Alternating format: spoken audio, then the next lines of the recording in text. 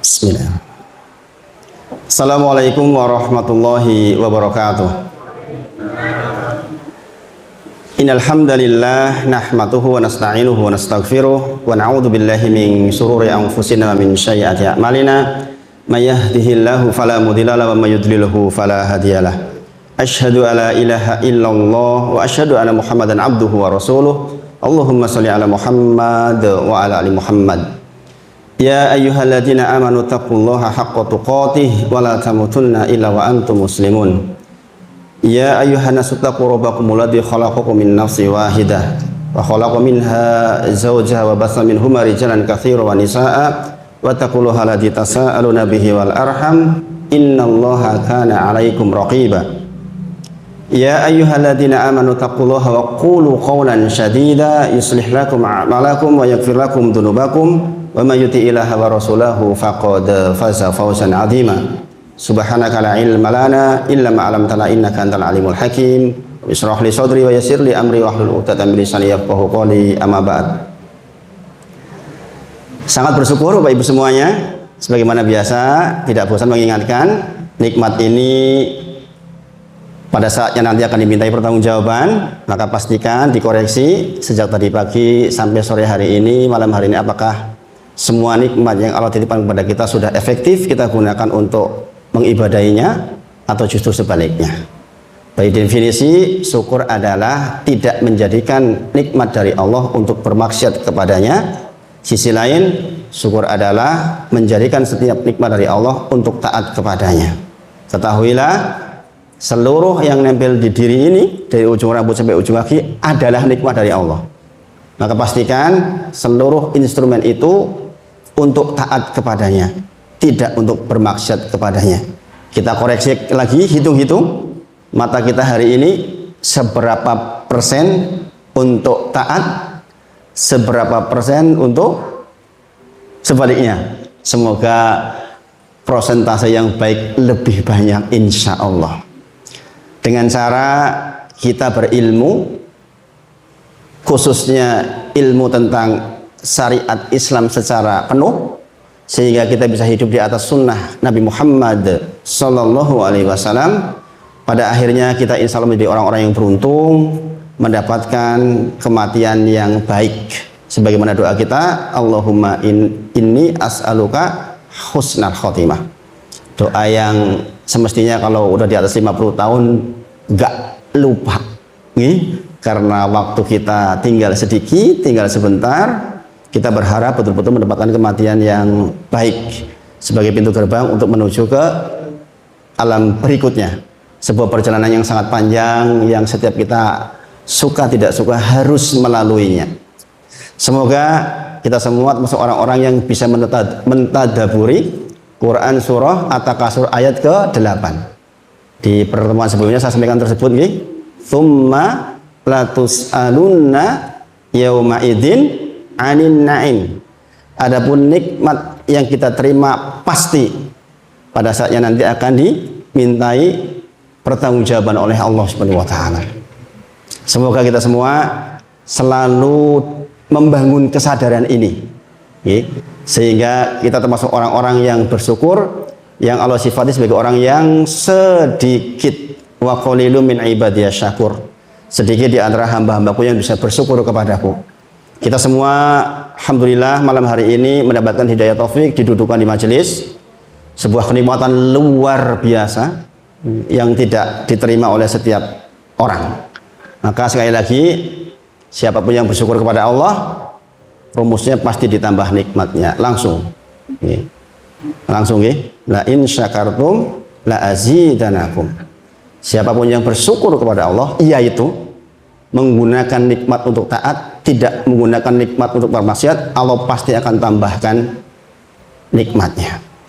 Ingat Al-Imam Hasan Al-Basri rahimahullah ta'ala menyebutkan, manusia adalah kumpulan hari-hari.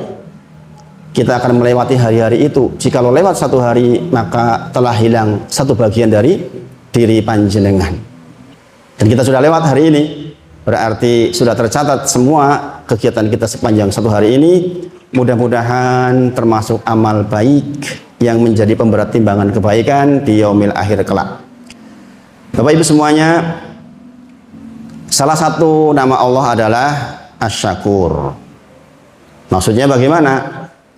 Kita melakukan sedikit, Allah kasih banyak kepada kita. Masya Allah. Okay.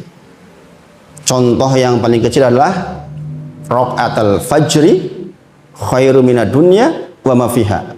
Orang sibuk cari dunia mati-matian Bapak Ibu semuanya. Kita sekolah saja formal berapa tahun tuh? Nek dihitung dari praktika berapa tahun Pak Edi? Panjang sekali, Masya Allah. Sampai kuliah, mungkin sampai S2, S3, 20 sekian tahun. Demi untuk dunia kita. Demi untuk dunia kita. Di sini disebutkan Raq'atul Fajri khairu minad dunya wa ma fiha. Ini kalimat dari Nabi Muhammad SAW yang harus kita benarkan. Kalau tidak membenarkan berarti kita bertentangan dengan wa asyhadu anna Muhammadan abduhu wa rasuluh. Saya bersaksi bahwa Muhammad adalah utusan Allah, hambanya dan utusannya. Konsekuensinya diantaranya adalah membenarkan semua yang dibawa. Beliau mengatakan Raq'atul Fajri, 2 rakaat sebelum subuh, khairu minad dunya ma fiha. Lebih baik dari dunia beserta isinya yang kita mati-matian carinya itu. Ini bagi. Sebenarnya orang Islam itu Masya Allah, seluruh urusannya itu menakjubkan, kata Rasulullah. Seluruh urusannya menakjubkan. Bayangkan Bapak Ibu semuanya, hanya tegak 2 rakaat sebelum subuh diberi pahala lebih baik dari dunia beserta isinya. Kurang bagaimana Rob kita itu? Dahsyatnya Masya Allah.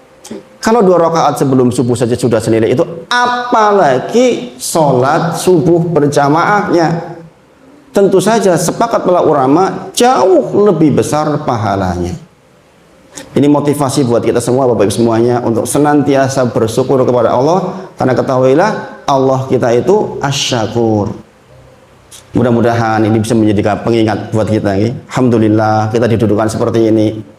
Kalau dengan ikhlas karena Allah, insya Allah semakin dibuka hati ini untuk ilmu berikutnya, insya Allah. Asal mengamalkan syaratnya.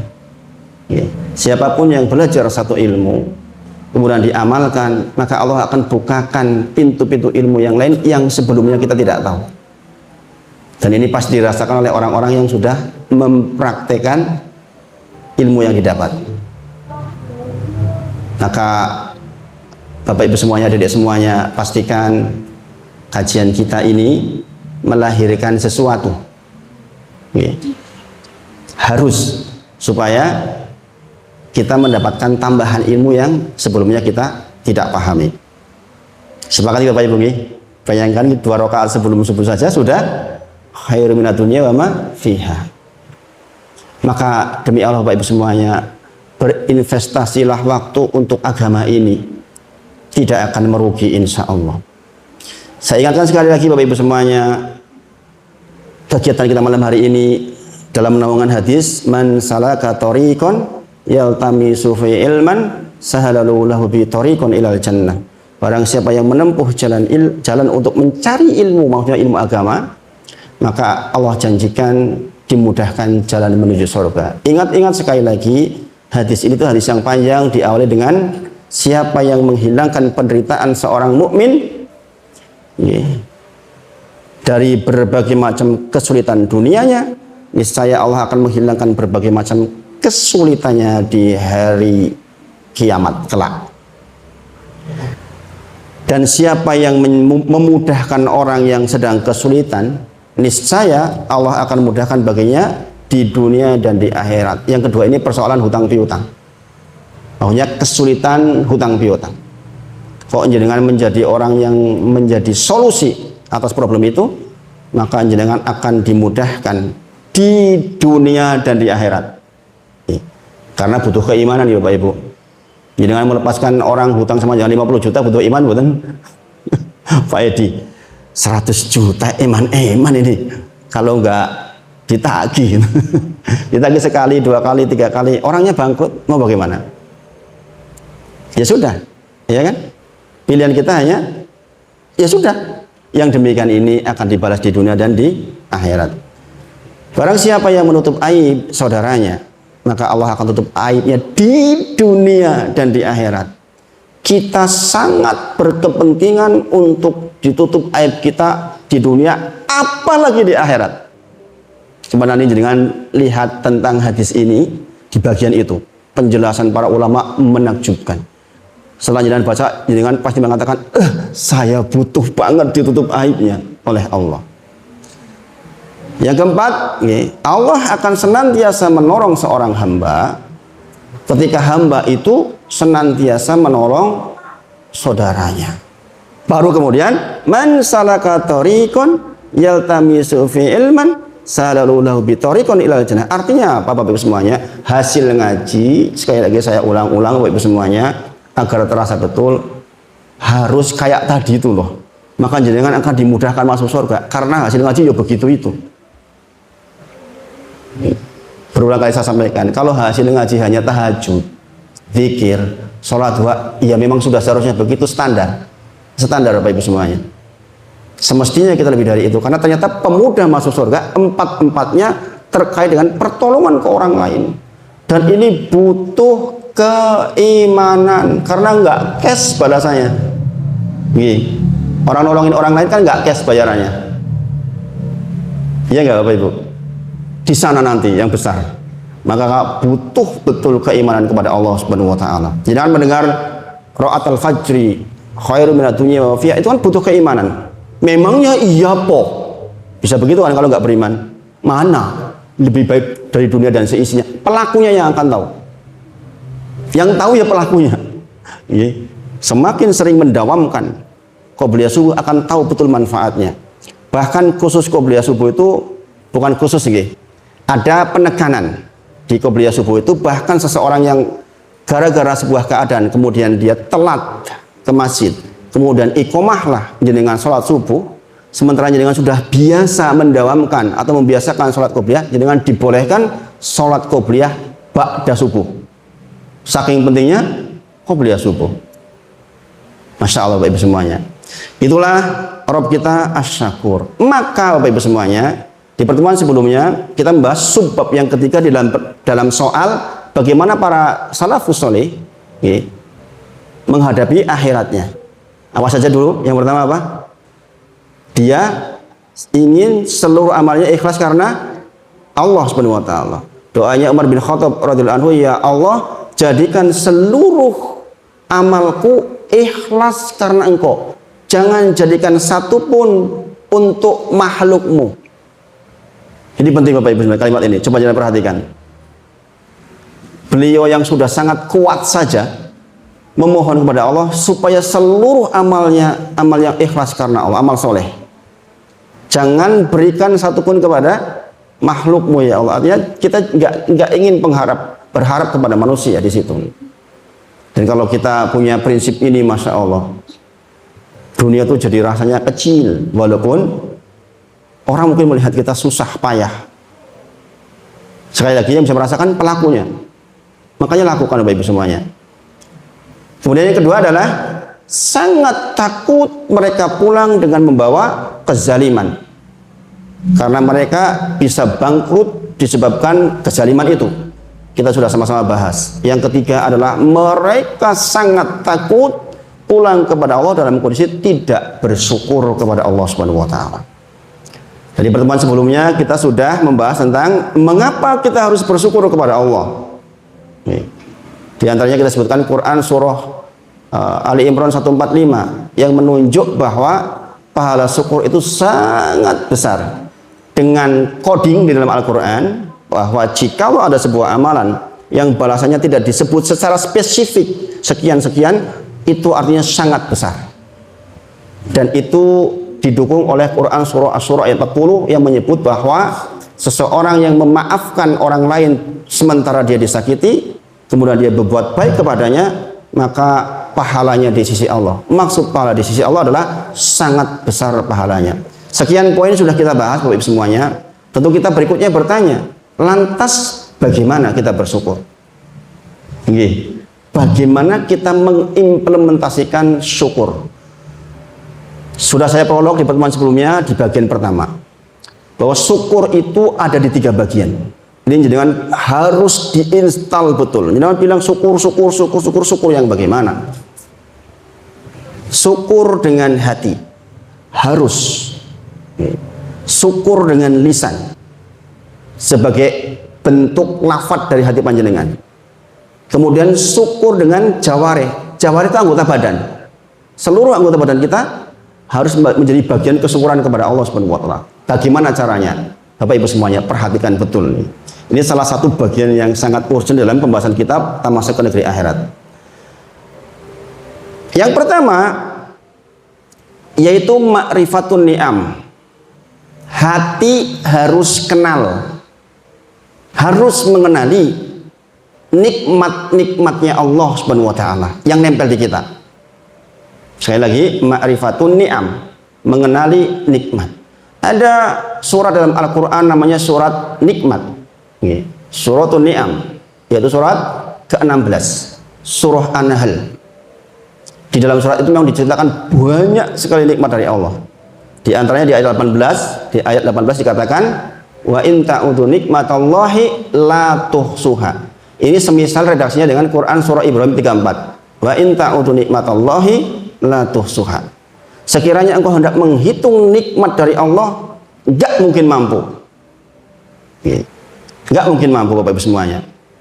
Jangan lagi kok yang di luar kita, yang di dalam diri kita saja, berapa banyak hal yang kita tidak minta Allah terus berikan.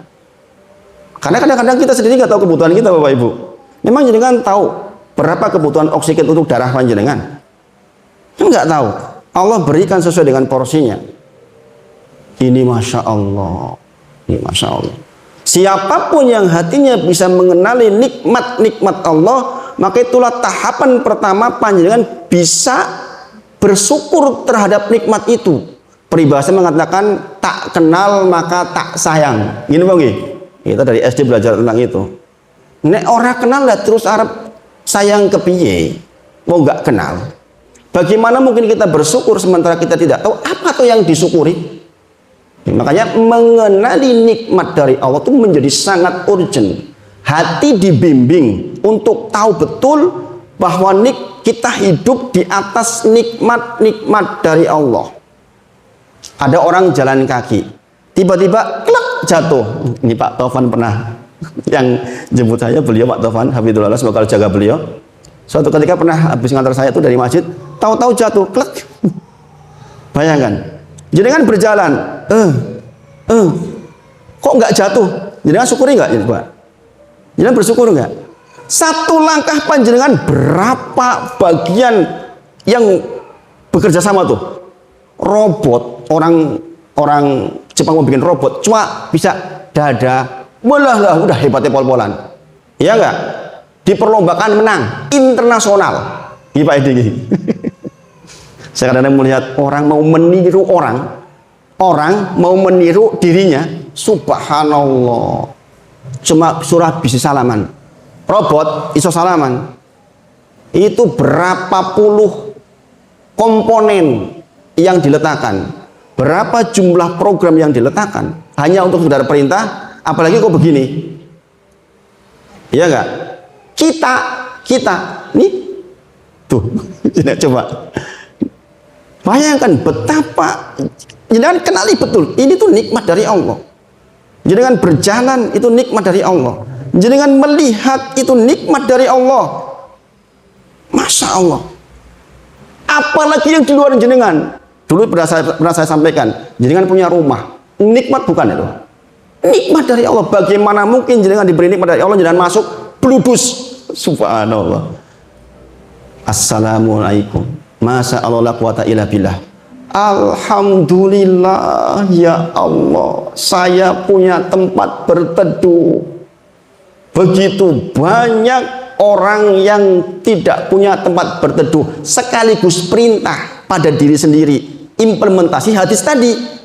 Kalau jenengan tahu bahwa di luar banyak orang yang nggak bisa berteduh, jenengan mikir bagaimana caranya saya menjadi satu di antara solusi untuk mereka. Itu hasil ngaji Bapak Ibu. Enggak cukup berhenti hanya mensyukuri diri sendiri saja. Ketika Anda mengatakan betapa banyak orang di sana yang tidak punya tempat berteduh, pikir, mudah-mudahan saya jadi salah satu solusi, setidaknya sebagian kecil dari penderitaan mereka. Bapak Ibu semuanya, bagi yang sudah tahu tentang syukur nikmat ini, demi Allah, jenengan yang berkelebihan sangat membutuhkan orang yang kekurangan. Coba lihat sejarah perang zaman Rasulullah SAW. Seringkali Rasulullah menyampaikan, datangkan orang-orang lemah di antara kalian kepadaku, karena sesungguhnya kita diberi rizki dan kemenangan disebabkan karena keberadaan mereka. Doa-doa mereka itulah yang terangkat ke langit. Sebab mereka murni berharap kepada Allah. Itulah mengapa Allah sering menyebut dalam Al-Quran Azizun Hakim. Al-Aziz kuat, Hakim bijaksana. Kenapa? Manusia kalau kuat cenderungnya zalim, Bapak Ibu. Iya enggak? Suatu ketika saya pernah ya dianggap disakiti orang. Sayanya santai aja gitu.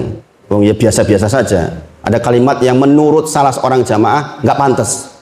Kebetulan orang kaya. Ustadz, saya bisa bakar uang 10 juta untuk bayar polisi supaya orang itu dikasuskan 2 hari masuk penjara. Karena punya uang. Kalau nggak punya uang kan nggak begitu, ya nggak? Artinya orang itu kalau kuat punya potensi ngidek, ya nggak Bapak Ibu? Yang bisa mengkriminalisasi orang siapa? Ya penguasa gitu. Insya Allah mudah-mudahan penguasa-penguasa kita dilindungi oleh Allah Subhanahu Wa Taala. Itulah mengapa Al-Aziz langsung disambung Al-Hakim, menuju bahwa Rob kita itu kuat, tapi nggak mungkin menzalimi. Coba, manusia yang berpotensi menzalimi orang lain siapa? Orang yang kuat apa yang lemah? Orang yang kuat. Karena dia merasa punya sandaran terhadap selain Allah, terhadap hartanya, terhadap kedudukannya. Iya, apa ya? Orang lemah ya Allah, tolong, ini orang lemah. Makanya Rasulullah katakan, datangkan orang lemah di antara kalian. Sesungguhnya kalian mendapatkan rizki dan pertolongan, kemenangan dalam perang karena keberadaan mereka. Maka Bapak Ibu semuanya, kalau jenengan termasuk yang ditakdir berkelebihan, ketahuilah jenengan sangat berkebutuhan pada orang-orang yang berkekurangan. Mereka dimuliakan dengan sabarnya. Kita semoga panjenengan dimuliakan dengan kelebihan yang jenengan punyai, dengan syarat jenengan bersyukur atasnya. Sejarah mengatakan yang diuji dengan kekurangan banyak berhasil, berkelebihan jarang berhasil. Maka jenengan yang ngaji berkelebihan dan berhasil, produknya kayak tadi itu. Setiap kali jenengan merasakan sebuah nikmat, ketahuilah di luar sana begitu banyak orang yang tidak menerima seperti jenengan. Ini pelajaran besar Bapak Ibu semuanya. Para salafus soleh sangat takut pulang kepada Allah dalam kondisi tidak bersyukur kepadanya. Sekali lagi, by definisi syukur adalah tidak menggunakan nikmat dari Allah untuk bermaksiat kepadanya. Bagaimana mungkin kita diberi kekayaan, kemudian kekayaan itu digunakan di jalan yang tidak benar? Saya kenal puluhan orang yang diberi kelebihan oleh Allah. Beliau mengatakan, Ustadz, saya mau hijrah Ustadz. Emang kenapa Pak? Dalam kondisi berkelebihan Ustadz, apa yang tidak? Subhanallah. Sudah Pak, berhenti, nggak usah diceritain, nggak usah dilanjutin. Yang penting sekarang sudah hijrah. Mungkin sebagian kita dulu waktu masih muda, dulu ketika belum hitung-hitung terhadap akhirat kita, ditabrak semuanya dengan alasan saya nggak bisa jalan kalau nggak begitu. Ya nggak Bapak Ibu, menangislah, ketahuilah jenengan diberi kesempatan untuk bertobat kepada Allah Subhanahu Wa Taala. Begitu banyak pekerjaan di dunia ini yang mengharuskan kita menabrak sesuatu. Untung Allahnya kita tuh maha pengampun. Untung kita masih diberi kesempatan. Bayangkan dalam kondisi kita bermaksiat kepada Allah yang kita sadar sepenuhnya, kita mati. Na'udzubillah, na'udzubillah min dzalik. Maka kita berharap mudah-mudahan dengan mengenali nikmat dari Allah, kita betul-betul menjadi orang yang bersyukur dan meninggal dalam kondisi bersyukur kepada Allah Subhanahu Wa Taala. Kemarin kita contohkan bahwa kebanyakan manusia itu lalai Bapak Ibu semuanya. Lalai terhadap nikmat dari Allah Subhanahu Wa Taala. Contoh kecil, jari-jari kita, kuku kita, kulit kita masih bagus. Coba rasakan betul Bapak Ibu bahwa itu tuh nikmat dari Allah. Jangan jenengan lalai, jenengan pikir Allah nggak bisa nyabut kesehatan kulit panjenengan. Tiba-tiba wanita misalnya ujuk-ujuk tumbuh jerawat banyak banget, stres nggak? Adik-adik tiba-tiba jerawatan tul. Bisa nggak Allah lakukan itu? Bisa. Yakin jenengan stres loh. Bersyukur nggak jenengan punya wajah bersih? Bersyukur. Harusnya sangat bersyukur. Harusnya sangat bersyukur Bapak Ibu semuanya. Wa fi anfusikum afala tubsirun, kata Allah. Lihat di dalam dirimu betapa banyak yang harusnya kalian perhatikan, yang Allah titipkan nikmat sedemikian dahsyat, yang semua itu ditujukan supaya engkau bersyukur dengannya. Coba jangan perhatikan, ini Allah yang menyebutkan wa fi anfusikum afala tubsirun. Subhanallah. Semua nikmat Bapak Ibu semuanya, yang kalau kita hitung-hitung tidak akan pernah mungkin mampu. Kemarin saya ceritakan dengan nikmat punya pasangan, Masya Allah. Jadi kita harus senantiasa bersyukur Bapak Ibu semuanya. Saya kan kehilangan kalimat saking ya Allah men. Makanya hasil ngaji kita hari ini nanti yang dengan lisan bagian yang kedua, pastikan jenengan zikir alhamdulillahnya berkualitas. Rasul bersabda, alhamdulillahi tamlaul mizan. Ucapan alhamdulillah memenuhi timbangan dulu. Saya selek di pikiran ketika saya belajar di Mahad.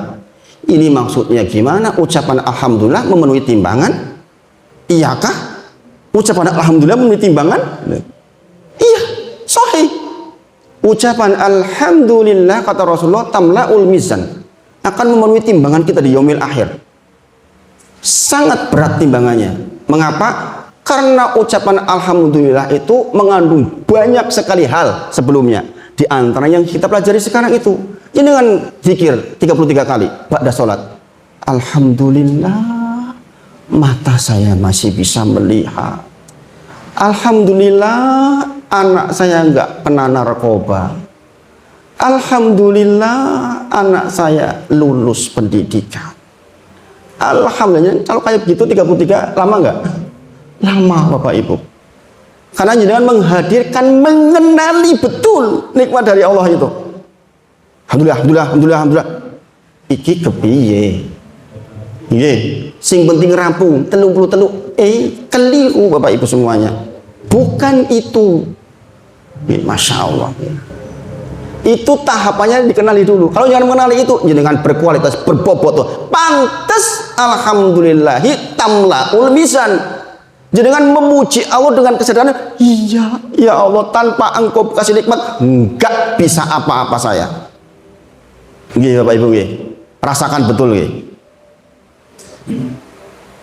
Mengapa lalai Bapak Ibu semuanya? Karena sudah biasanya dengan terima. Makanya nanti diantara hal yang perlu kita lakukan adalah menyebut-nyebut. Wa amma bi ni'mati rabbika fahadits. Kata Allah, adapun terhadap nikmat yang kau terima dari Rabbmu, fahadits, terangkan, kabarkan. Tentu saja kabarkan enggak ke sembarang orang, nanti dikira sombong atau bisa kena penyakit ain. Ada aturannya, mengabarkan ada aturannya. Jadi sekali lagi Bapak Ibu semuanya, kenali hati, mengenali betul. Tahap pertama. Nanti jangan bisa mengurai sendiri Bapak Ibu semuanya. Ya Allah, saya punya nikmat apa saja ini? Yang di dalam diri ini, di lingkungan terdekat, di sekitar rumah, di istri kita, di anak kita, di usaha kita. Di antara tafsir tsumma la tus'alunna yauma idzin 'anil na'im adalah tentang tidur kita yang nyenyak. Nikmat bukan itu? Nikmat Bapak Ibu semuanya. Ini kisah nyata, bukan orang lain. Adik kandung saya Cer tahu nggih? Adik persis. Saya punya saudara 9. Saya punya adik Cer. jam 2 malam. Mas, aku pengen nyusul ibu, wae Mas. Loh kenapa? Nggak bisa tidur Mas. Ini adik saya. Ekonomi mapan, punya kedudukan, orang kurang-kurang. Nggak bisa tidur, stres Bapak Ibu. Apa obatnya? Harus datang ke rumah sakit jiwa diberi obat yang katanya hanya ada di rumah sakit jiwa saja. Saya nggak tahu Pak Edi namanya apa itu. Obat penenang mungkin gitu. Dan ini terjadi di keluarga saya 2 orang. Kakak saya di Klaten begitu ngalami. Kemarin waktu saya telepon terakhir, dari mana Mbak? Aku lagi ngantri obat. Obat apa? Biasa. Obat di rumah sakit jiwa. Subhanallah. Bukan gila, bukan. Tapi susah sekali tidur, tidak nyaman. Maka di antara tafsir, "Tsumma la tus'alunna yauma idzin 'anil na'im", terhadap nikmat yang kau terima pasti akan ditanyai. Di antaranya adalah tidur nyenyak. Ini kan coba bersyukur enggak? Ini kan mungkin mengucapkan alhamdulillahilladzi ahyana ba'da ma amatana wa ilaihi nusyur. Bablas tanpa makna. Bayangin Bapak Ibu. Jenengan bersyukur terhadap yang telah mematikan saya sebelumnya kemudian dihidupkan lagi. Jenengan diberi waktu istirahat. Sementara ada orang yang sangat susah tidak bisa tidur. Maka saya kalau ngobrol sama Pak Tuhan itu adalah orang yang nempel kasur, les. Kok penakmen gitu. Ada orang yang kelihatannya nggak punya problematik, nempel kasur wis banget, kelap, kelip, ora turu-turu. Ada yang seperti itu Bapak Ibu. Ada nggak kayak gitu? Ada Bapak Ibu seperti itu. Nggak tahu yang dipikir apa. Nggak tahu yang dipikir apa. Dan tentu saja saya lagi terlalu banyak ya sebenarnya. Sangat banyak ini dengan ure sendiri. Tapi di antara nikmat yang sangat besar yang harus kita syukuri adalah nikmat Islam. Jenengan didadekke wong Islam niku lho Bapak Ibu. Sering saya katakan jenengan dibandingkan wong Jepang niku lah kata ya pinter wong Jepang. Ini Bang. Setidaknya dilihat dari produk-produknya. Mereka kan bikin apa saja. Tapi mereka menyembah matahari Bapak Ibu. Calon penduduk neraka jahanam apa surga? Neraka jahanam. Jenengan rapatio pinter, IQ-nya dibandingkan mbok menawa ya kalah. Tapi jenengan punya Islam. Ada harapan jenengan jadi penduduk surganya Allah Subhanahu wa taala, dan ini sedikit jumlahnya per hari ini. Sering saya katakan 9 miliar penduduk bumi hari ini, 1,7 miliar yang katanya muslim. Yang katanya muslim, saya katakan yang katanya, karena apa? Si muslim tenana yumbuh. Kemudian ada penelitian, penduduk Indonesia yang hadir di masjid sholat berjamaah waktu cuma 2%. Berapa persen? 2%. Nek jenengan masuk itu berarti jenengan masuk yang 2%. Orang di Indonesia, ada penelitian yang sholat tepat waktu 5 waktu jamaah di masjid laki-laki hanya 2% Bapak Ibu. Betapa sedikitnya orang yang bersyukur kepada Allah. Yang sholat di rumah masih tepat waktu 5%. 5%. Yang bolong-bolong 20%. Yang belas orang sholat 50% lebih. Masih besar tugas kita Pak Edi dakwah. Ternyata survei mengatakan begitu. Bener nggak itu? Bener nggak? Soalnya dengan sekarang Pak Edi punya tugas di survei nih. Aroyan saja skala kecil, nggak usah jauh-jauh dulu. Penduduk Aroyan berapa? Berapa yang tepat sholat 5 waktu di masjid? Kalau ternyata kecil, yang besar ini project buat kita semua Bapak Ibu semuanya. Karena kita orang Islam nggak ingin masuk surga kok sendirian. Kita ingin sebanyak-banyaknya. Sedikitnya lingkaran lingkungan kita itu, ayo dibuat seperti itu. Ketahuilah, upaya panjenengan untuk melakukan itu nggak sia-sia. Allah berfirman dalam Quran surah Al-A'raf 96. Walau ana ahlal qura amanu wa taqu la fatahna alaihim barokah minas sama'i wal ard. Kepentingan siapa itu? Kepentingan kita semua Bapak Ibu semuanya. Jadi wegah sing penting aku rajin, tonggoku rajin, ora urusan, keliru Bapak Ibu semuanya. Karena kalimatnya apa? Walau ana ahlal qura, sekiranya penduduk sebuah negeri, nggak jenengan piyambak disebut, bisa satu RT kah, satu RW kah, amanu watako, beriman dan bertakwa, la fatahna alaihim, Allah janjikan akan diturunkan kepada mereka barokah. Barokah artinya tahu Bapak Ibu, kebaikan yang menetap dan bertambah, bertahan lama. Anak-anak kita nggak kena narkoba, istri kita nggak kena gangguan, suami nggak peliri selingkuh. Ini keberkahan Bapak Ibu semuanya. Allah akan janjikan itu pada panjenengan jikalau penduduk sekitar panjenengan itu adalah orang yang beriman dan bertakwa. Apa nggak kurang-kurang janji dari Allah seperti itu? Maka petakan tuh sekitar kita, nggak usah mikir se-Indonesia lah. Yang terdekatin ini lingkungan Aroyan berapa persen? Coba nanti Pak Edi buat Pak Edi. Berapa persen yang tepat waktu di masjid? Berapa persen? Pikirkan yang belum. Mengapa belum? Dipikirin betul. Diwarnai yang sudah hijau, yang rodo-rodo bolong-bolong warna apa? Prosentase. Sing belas ya si abang.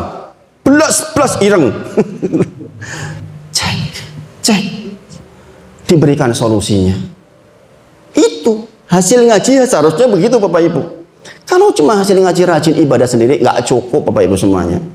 Itu mah standar biasa saja kalau begitu. Nek ora yo kebangetan ngaji kok ora salat wengi. Nggih. Ada tetangga, Masya Allah, beliau dikasih kelebihan finansial, Masya Allah. Selalu saja dialah orang yang pertama kali datang ke masjid, walaupun hujan lebat, dan datangnya sekitar jam 3-an. Beliau yang paling kaya, yang paling banyak sodakohnya, beliau pula yang datang pertama ke masjid, selalu. Ini diborong dewean apa ini? Nah kita ingin bareng-bareng, rame-rame Bapak Ibu semuanya. Masya Allah. Semoga ini menginspirasi kita semua untuk berbuat Bapak Ibu semuanya. Insya Allah ya. Jadi sekali lagi, mereka yang pintar-pintar nggak dapat hidayah Islam Bapak Ibu. Mereka bikin pesawat terbang, bikin mobil untuk melayani kita. Gini Pak Gi? Coba kalau bicara kasar kan begitu Pak Edi. Mereka dibuat pinter untuk bikin alat yang kita pakai. Hajian pakai apa hajian? Pakai pesawat terbang. Yang bikin siapa? Orang-orang kafir. Gini Pak Gi? Enak menilai jenengan. Wis dadi wong Islam, insya Allah surga. Digawe fasilitas di wong sing berpotensi orang masuk surga. Dalam tanda kutip mereka jadi budak dunia. Bersyukur kan jenengan jadi Islam? Makanya kita berzikir apa? Alhamdulillah asbahna ala fitratil Islam. Pagi ini saya di atas fitrah Islam. Wa ala kalimatil ikhlas. Di atas kalimat ikhlas masih punya la ilaha illallah.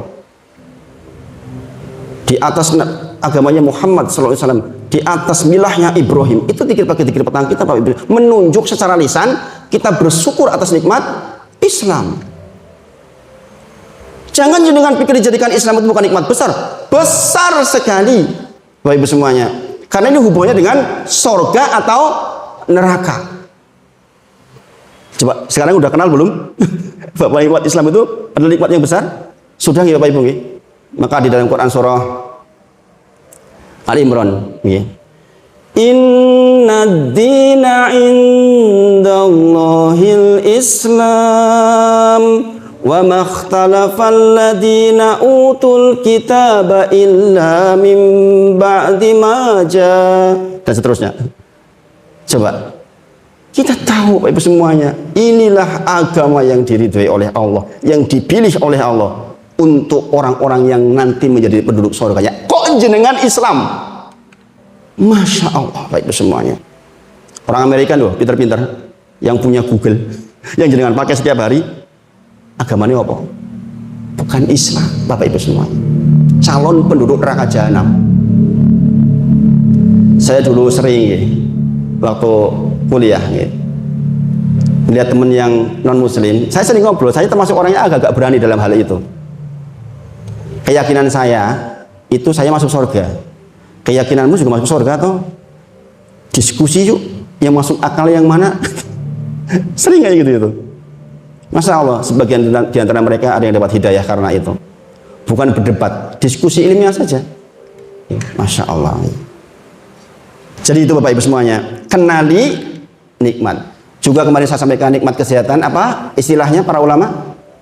Mahkota yang diletakkan di atas kepala orang yang sehat. Jadi kan bisa melihat mahkotanya sendiri nggak?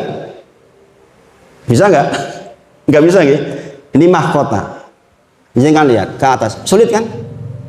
Itulah kesehatan. Kesehatan adalah mahkota yang diletakkan atau dipakaikan kepada orang yang sehat, yang bisa melihat nikmatnya sehat orang sakit. Gini bang, jenengan yang sehat nggak merasakan tuh biasa saja sehat, giliran loro untuk pengen gelut terus. Gini bang, makanya bercermin supaya jenengan tahu betapa nikmat sehatnya dengan luar biasa. Masya Allah. Jadi sekali lagi Bapak Ibu semuanya, langkah pertama apa? Saya ulangi adalah ma'rifatun ni'am. Jenengan kenali betul. Tentu saja nggak mungkin dalam satu pengajian ini menerangkan seluruh nikmat dari Allah. Tidak mungkin.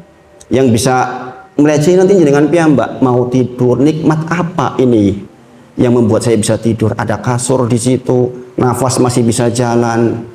Masya Allah, tangan nggak pegel-pegel. Masya Allah.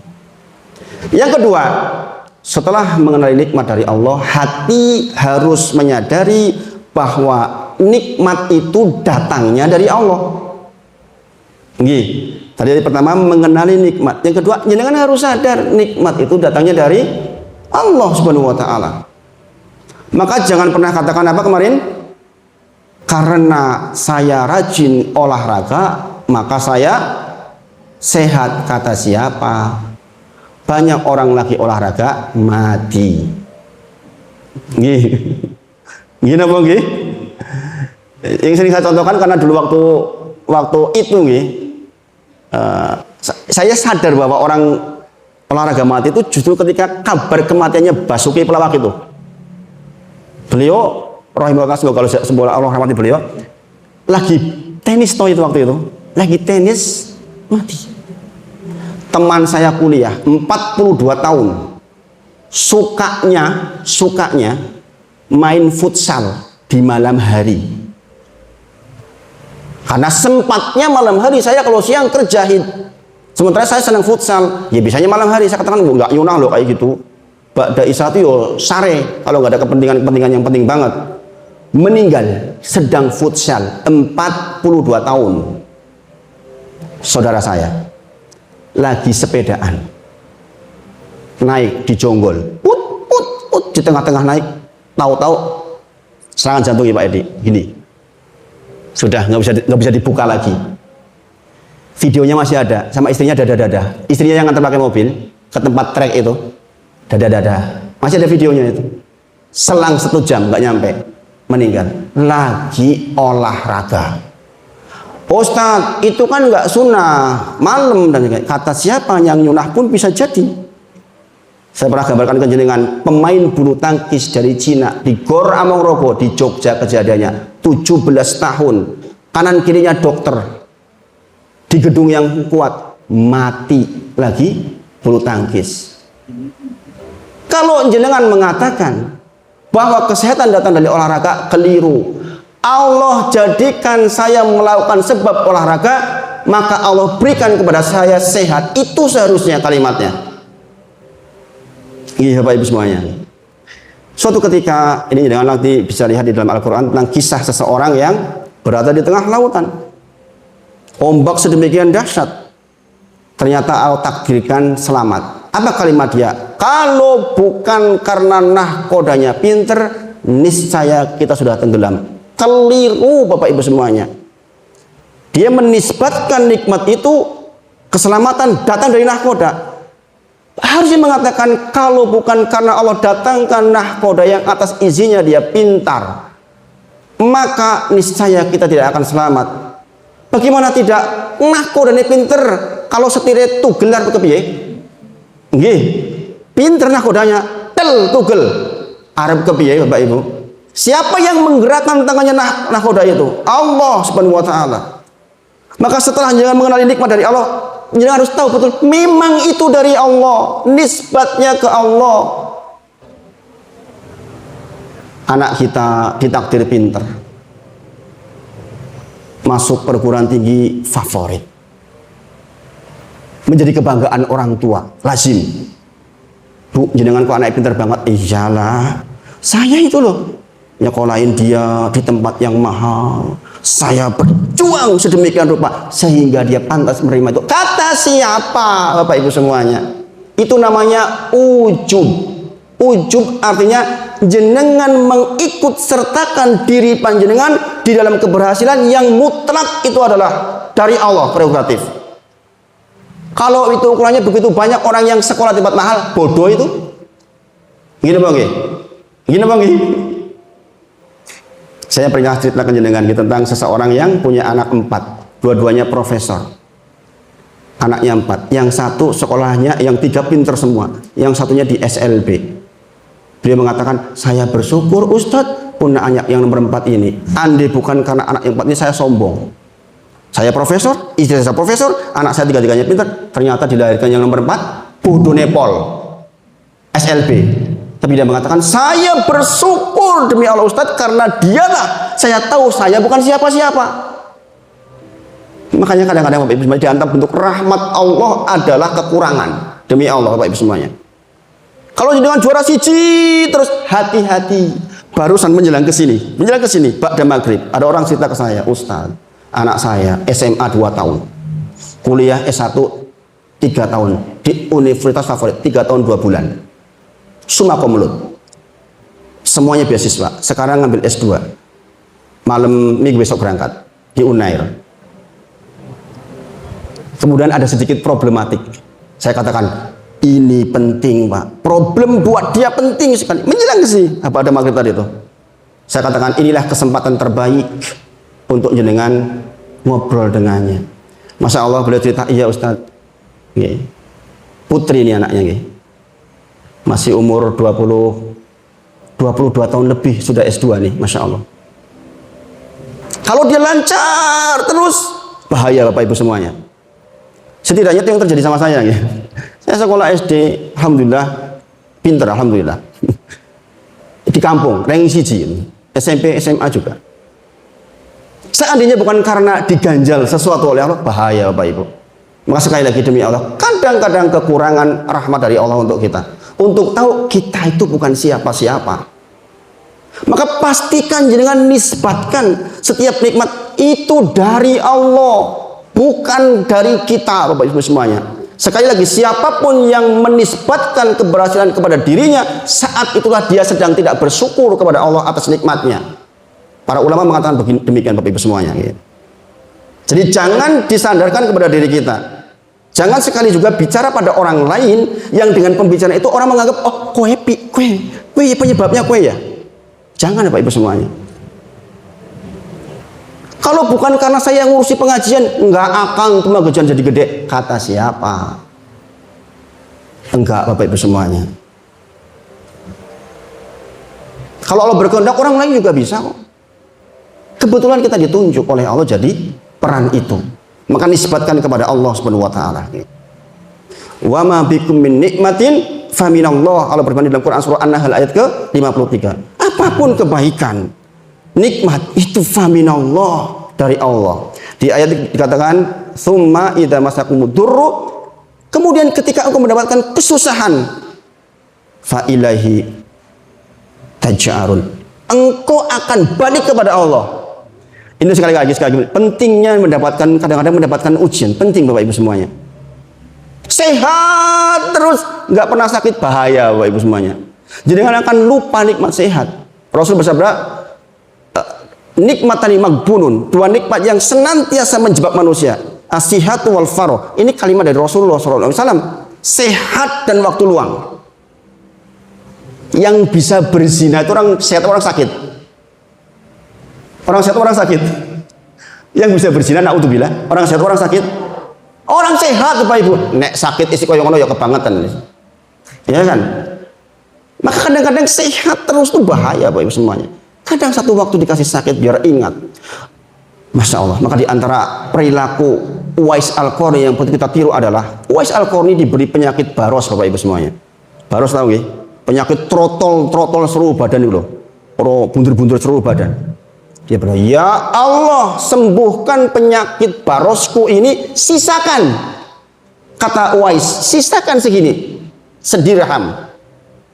diletakkan di perut. Apa tujuannya? Agar dia senantiasa ingat bahwa sembuhnya itu nikmat dari Allah. Setiap kali dia buka baju lihat, oh saya dulu begitu. Itu kelemahan yang dipertahankan supaya tetap ingat nikmat dari Allah Subhanahu wa taala. Jadi sekali lagi, jangan pernah menisbatkan nikmat kepada selain Allah. Yang kedua adalah menisbatkan sadar sepenuhnya nikmat dari Allah Subhanahu wa taala. Yang ketiga, mengakui bahwa hati ini mengakui bahwa kita enggak berhak mendapatkannya. Tapi karena karunia dan kebaikan Allah lah kemudian kita dapat nikmat itu. Jangan katakan, memang saya berhak mendapatkannya, wong aku pintar kok.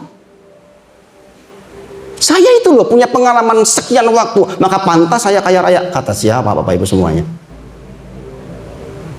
Saya lagi, mbok menawa nek pinter menjadi syarat suksesnya seseorang, kudune Ustaz Wahid sugi kudune.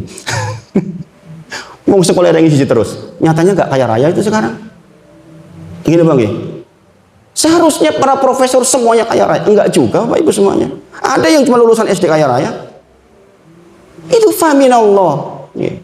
Maka jangan merasa berhak. Dan inilah yang diabadikan oleh Allah di dalam Quran surah Al-Qasas 7778. Ketika orang-orang soleh mendatangi Qarun mengatakan, wabtaghi fima atakallahu darul akhirah. Hei Qarun, dengan hartamu yang banyak itu cari akhirat. Wala tansa nasibaka minad dunya, adapun dunia jangan dilupakan. Wa ahsin kama ahsanallahu alaik, berbuatlah baik sebagaimana Allah telah berbuat baik kepadamu. Apa kalimatnya Qarun jawabannya? Di ayat 78 dikatakan, innama utituhu ala ilmin indi. Saya itu dapat ini semua, saya pantas sebab saya punya ilmu tentang itu. Ini bahaya Bapak Ibu semuanya. Maka panjenengan kalau punya putra putri, tanamkan betul tauhid. Bahwa engkau dapat ini semua, adik-adik yang bisa menghafal 30 juz lancar mungkin. Jangan pernah katakan, ini karena saya rajin, karena saya pintar. Enggak, adik-adik semuanya. Enggak. Demi Allah, karena Allah tunjuk jenengan bisa. Contoh terbaik adalah ketika Sulaiman alaihissalam didatangkan singgasananya Bilqis. Sedemikian dahsyat. Sebenarnya Sulaiman alaihissalam bisa klaim itu prestasinya dia. Iya enggak? Orang enggak tahu. Tapi apa kalimatnya? Hadza min fadli rabbih. Ini itu karena karunia dari Allah. Untuk mengujiku, saya termasuk yang syukur atau kufur. Dia bisa klaim, ini loh saya hebat. Bisa pindahin itu ke sini. Bisa saja dilakukan itu. Tapi tidak Bapak Ibu semuanya. Lantas kita yang prestasinya nggak seberapa mengatakan kita mengakuinya, subhanallah. Maka sekali lagi, jangan pernah merasa, memang saya berhak mendapatkannya kok. Kamu enggak. Loh, kamu malas kok. Banyak orang yang malas nggak ngapa-ngapain kaya raya. Ada nggak? Anak presiden orang ngapa-ngapa ya tetap sugi. Gini apa gini? Anak rojo ya ketipan mata, 10 miliar. Saya tadi ngobrol sama bisnis Ustadz, kalau beliau yang punya kekuasaan, ting 5 miliar, ting 10 miliar. Ustadz, saya didatangi orang yang punya hak untuk memberikan izin atas usaha saya. Dia bilang, jam merek ini bagus loh ya, itu sudah coding, sesuai dikirim. Paham Bapak Ibu? Subhanallah. Orang ngopo-ngopo nih kok. Bagi jenengan yang ditambang pasti tahu. Subhanallah. Bayangin Bapak Ibu semuanya. Jadi jangan pernah merasa berhak jadi mendapatkannya. Usaha kita sangat kecil, sementara yang Allah berikan sangat banyak. Jadi jangan pernah merasa pantas kita lakukan ini. Bapak Ibu semuanya, terkait dengan kalimat innama utituhu ala ilmin indi dalam Quran surah Al-Qasas 78 tadi, kalimatnya Qarun tadi, para ulama memberikan tafsiran, yaitu yang pertama, si Qarun ini pelajaran penting Bapak Ibu. Pelajaran penting, jangan ambil betul. Qarun ini makanya ditenggelamkan karena satu, kalimat innama utituhu ala ilmin indi, sesungguhnya aku hanya diberi harta itu karena ilmu yang ada padaku. Bisa klaim, jangan bisa klaim siapa saja. Saya arsitek kok saya pinter, saya ahli sipil kok saya pinter, saya ahli akuntansi kok saya pinter, maka saya pantas mendapatkan itu. Maka di sini disebutkan Qarun merasa ahli, memang saya jagonya, maka karena itu saya begini dan begitu, maka pantaslah kemudian saya mendapatkan itu semua. Itu diantara tafsir innama utituhu ala ilmin indi. Yang kedua, memang saya berhak mendapatkan harta itu, kamu enggak, saya yang berhak, wong saya memang pinter kok. Coba Bapak Ibu semuanya, hati-hati dengan yang demikian. Inilah yang mengantarkan kepada kesombongan, meremehkan orang lain. Subhanallah, saya bersyukur Bapak Ibu dihadapkan kepada panjenengan yang mau duduk seperti ini. Demi Allah, itu karunia dari Allah. Enggak mudah orang dapat hidayah didudukkan di majelis. Betapa banyak orang yang merasa ngapain duduk di majelis itu, dapat apa memangnya saya, siapa dia yang bicara. Subhanallah, jenengan kok didudukkan seperti ini, Masya Allah, itu nikmat luar biasa Bapak Ibu. Kalau jangan lihat kitab-kitab utama di dalam agama ini, contohnya Sahih Bukhari, apa di bab awal? Coba jangan perhatikan, babul ilmu qoblal qawli wal amal, bab tentang ilmu sebelum jenengan berucap dan bertindak. Bayangkan betapa banyak orang yang mungkin dia doktor, dia profesor, nggak lagi mau duduk di majelis taklim. Subhanallah, iya dia doktor di bidang matematika, at-tahiyat masih salah Bapak Ibu semuanya. Demi Allah begitu banyak. Berapa jumlah tasdid di tahiyat nggak ngerti, padahal itu rukun qoli. Ada bahkan yang mengatakan takbir masih Allahu Akbar, padahal itu rukun qoli di takbiratul ihram, dia harus betul, nggak bisa salah. Bayangin, iya doktor di bidang matematika, ilmu agama, anak TK tahun. Gila Bapak Ibu semuanya. Maka jenengan didudukkan seperti ini, Masya Allah, nikmat dari Allah. Jenengan hatinya longgar. Ini luar biasa, luar biasa. Sehingga jenengan akan terhindar dari penyakit tadi loh, penyakitnya Qarun. Innama utituhu ala ilmin indi. Bapak Ibu semuanya, kalau jenengan mengatakan saya berhak, enggak. Kita tuh jauh dari kelayakan untuk mendapatkan nikmat yang kita terima hari ini. Saya dengar Pak Edi misalnya diberi nikmat anak, Masya Allah di ITB, bisa di luar negeri. Bapak Ibu semuanya, itu semua min fadli Rabbih. Kebetulan jenengan yang dititipi Pak Edi, itu amanah besar itu. Amanah besar. Ya Allah, saya bersyukur terhadap titipan ini. Pastikan tanam tuh ilmu tauhid kepadanya. Apa artinya? Pinter luar biasa, tauhidnya nol, bahaya Bapak Ibu semuanya. Pastikan tauhid ditanam, pastikan dia tahu bahwa Robnya Allah, pastikan dia tahu bahwa pintarnya dari Allah. Kalau Allah berkehendak ceduk, amnesia hilang kabeh, sakit buatan? Dalam waktu sedetik apa yang dipelajari 25 tahun hilang sesaat, sakit buatan? Sakit Pak Edi? Sakit. Sedetik tung hilang kabeh, sakit buatan? Sakit Bapak Ibu semuanya. Maka Allah yang jaga. Yang berikutnya nomor 4, menganggap setiap nikmat sesuatu yang berarti. Ini penting Bapak Ibu semuanya. Ini penting. Jenengan harus hati ini hadir bahwa setiap nikmat yang dititipkan jenengan itu semuanya berarti. Sama sekali tidak ada ruang untuk meremehkan nikmat dari Allah sekecil apapun. Ini penting Bapak Ibu semuanya, dan ini ajaran dari Nabi Muhammad SAW. Kata Rasulullah, riwayat An-Nu'man bin Bashir, Rasulullah bersabda, man, barang siapa lam yaskur, tidak bisa bersyukur al-qalil, terhadap sesuatu yang kecil, maka lam yashkur, maka dia tidak akan bisa bersyukur terhadap yang besar. Jadi itu Bapak Ibu, jenengan latih itu anak-anak. Kalau mungkin sebagian jenengan udah punya cucu yang dititipkan ke jenengan, sebagian mbah kakung itu kan ngerawat cucu gitu. Pastikan ya kayak gini-gini tanam nih, kebiasaan bersyukur terhadap yang kecil. Dan inilah sifat umum para nabi. Sifat umum para nabi adalah bersyukur terhadap yang kecil. Yang lihat di dalam Quran surah Al-Isra ayat ketiga tentang kisahnya Nuh alaihissalam. Masya Allah. Saya kadang-kadang baca ayat ini kadang-kadang suka berbesmillah sendiri. Dasarnya awalnya surat juga sudah menakjubkan gitu. Masya Allah gitu. Dikatakan di ayat ketiga, innahu kana abdan syakur. Nuh itu, ketahuilah dia termasuk hamba yang selalu bersyukur terhadap yang kecil. Kalimatnya Nuh alaihissalam ketika minum, apa kalimatnya? Ya Allah, alhamdulillah saya minum. Begitu. Sebenarnya engkau nggak memberi, nggak bisa saja, maaf. Sebenarnya engkau bisa saja nggak kasih minum ke saya. Jadi selalu mendatangkan sebaliknya Nuh alaihissalam. Ketika minum, sebenarnya kan Allah bisa saja nggak kasih minum ke saya. Saya dikasih minum ya Allah, saya dikasih minum. Jangan makan, ya Allah saya dikasih makan. Bisa saja nggak kasih makan ke saya. Itu sifat para nabi begitu Bapak Ibu semuanya. Ibrahim alaihissalam, di dalam Quran surah An-Nahl ayat 120, disifati syakirun li an umih. Kalau jenengan yang belajar bahasa Arab, kalimat an umih menunjuk jamak yang kurang dari 10. Kebiasaan Ibrahim alaihissalam untuk mensyukuri jumlah yang sedikit. Mungkin sekedar hanya tumbuh kuku, alhamdulillah kuku saya masih tumbuh, menunjuk bahwa keadaan metabolisme tubuh bagus. Kayak gitu Bapak Ibu semuanya.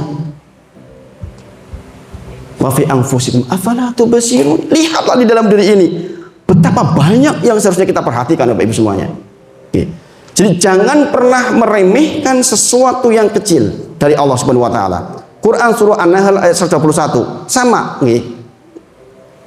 Yang mensyukuri nikmat Allah, Allah telah memilihnya dan menunjukinya kepada jalan yang lurus. Nggih. Sekali lagi, syakirun li an umih menunjuk bahwa Ibrahim AS punya kebiasaan bersyukur terhadap yang kecil-kecil.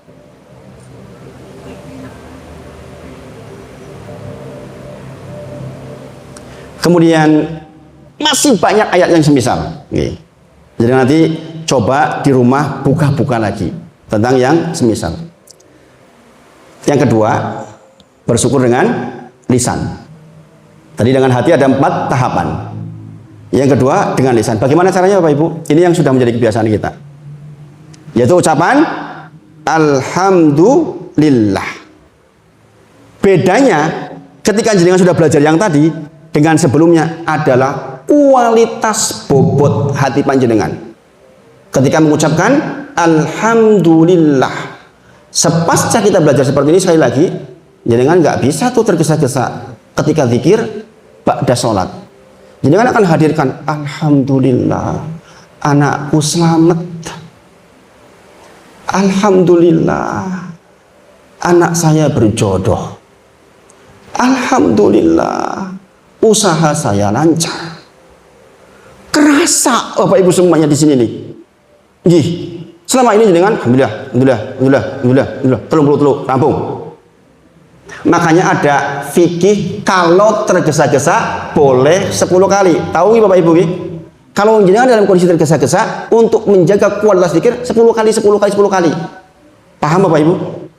Di samping 33 kali dalam kondisi normal, saat ini jenengan ada kegiatan mendesak, jenengan boleh 10 agar berkualitas kalimatnya. Jangan mengucapkan subhanallah, maha suci Allah dari yang buruk-buruk, maha suci Allah dari yang jelek-jelek. Sadar betul tuh ucapan itu, subhanallah. Mungkin kita berpikir negatif dengan Allah tentang sesuatu, maka ucapkan subhanallah, maha suci Allah dari yang buruk-buruk. Coba kalau begitu zikirnya betul, sangat membuat kita berkualitas di dalam zikir itu. Jadi mengucapkan alhamdulillah, mengucapkan ucapan alhamdulillah. Rasulullah bersabda, innallaha la yarda an abdihi idza akala al-akhla an yahmadahu alaiha. Allah tuh ridho banget kepada orang yang ketika dia memakan makanan, dia bersyukur terhadap makanan itu yang dimakan. Mungkin makanannya hanya kacang. Allah cinta banget tuh, ridho banget tuh, bersyukur betul terhadap seorang hamba yang ketika dia makan makanan kemudian katakan an yahmadahu alaiha, dia bersyukur terhadap makanan itu. Nggak ada ruang kok panganan apa iki? Nggak ada Bapak Ibu. Masya Allah. Dengan di saat itu makan. Ya Allah, alhamdulillah. Bersyukur terhadap makanan ini. Lah perintahnya bersyukur kok malah mencela. Ala bui kepedesan bui loh, isinya bayi banget. Subhanallah. Nggak ada ruang untuk seperti itu buat kita yang udah ngaji Bapak Ibu. Ini adanya bersyukur kepada Allah Subhanahu wa taala.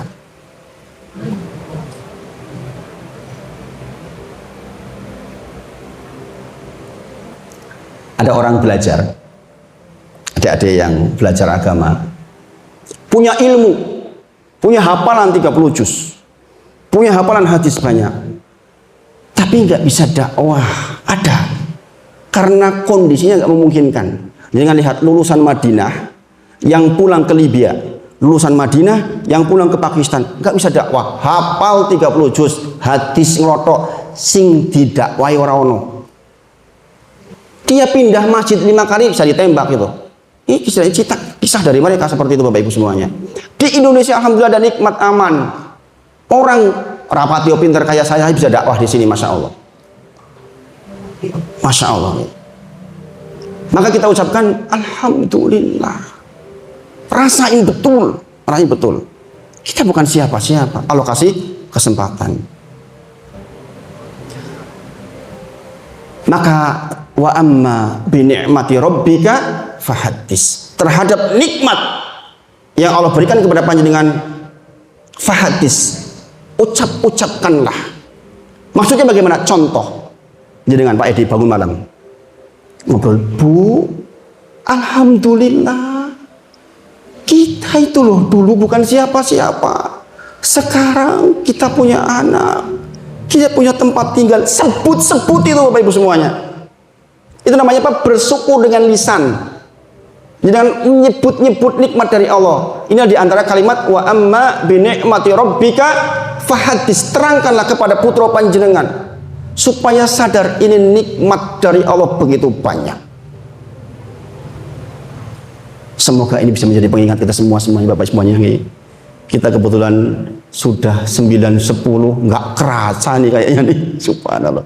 Semoga Allah sayangi kita semua. Mohon maaf jika ada hal yang kurang pas di hati, dan semoga Allah takdirkan kita di sisa umur dalam kebaikan. Wa akhiru da'wana alhamdulillahirabbil alamin. Assalamualaikum warahmatullahi wabarakatuh.